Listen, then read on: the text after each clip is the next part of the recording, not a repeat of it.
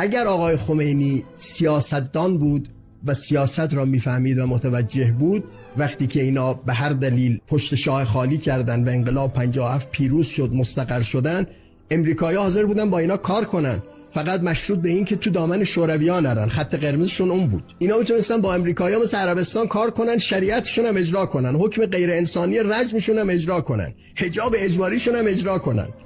اینا سیاستدان نبودن. از روز اول عرض کردم بنیان ستیزه با جهان را گذاشتن، صرف غرب نه. یعنی مرگ بر امریکا، مرگ بر شوروی، مرگ بر فرانسه، مرگ بر عربستان، مرگ برای همه دنیا مرگ خواستن. صدها میلیارد دلار این کشور را، این مردم فلک زده را ریختید در چاه مقاومت. نتیجهش امروز چی شده برای شما؟ بقای جمهوری اسلامی و حکمرانی جمهوری اسلامی فاجعه آمیز برای ایران بوده. 100 بحران جمهوری اسلامی برای ایران درست کرده است. فاجعه حکمرانی جمهوری اسلامی دیگه امروز بروز کرده، ناترازی‌ها بروز کرده، تمام زیرساخت‌های ما در حال ویرانی است. این نظام ویرانگر است. بله. این نظام ویرانگر است.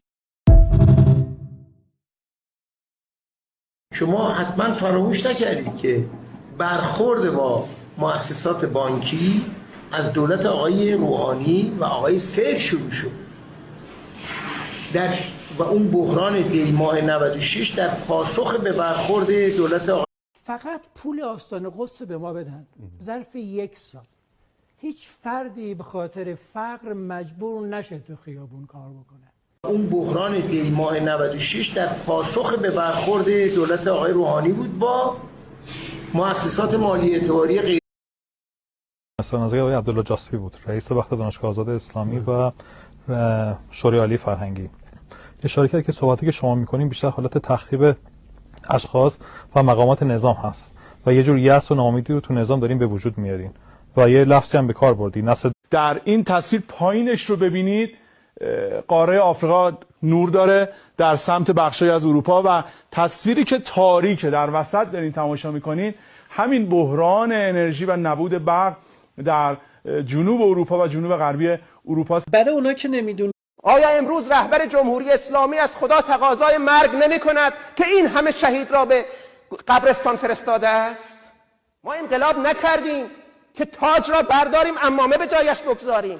انقلاب کردیم اگر کسی با سخن رهبری بالغ بر 3 میلیارد یورو فقط تو ایران خودرو دیزل ما خرید قطعات خودرو از استیکیدی بگیر تا قطعات ریز سال 402 انجام شده. یعنی نزدیک به 1 میلیارد یورو از این محل فساد شده.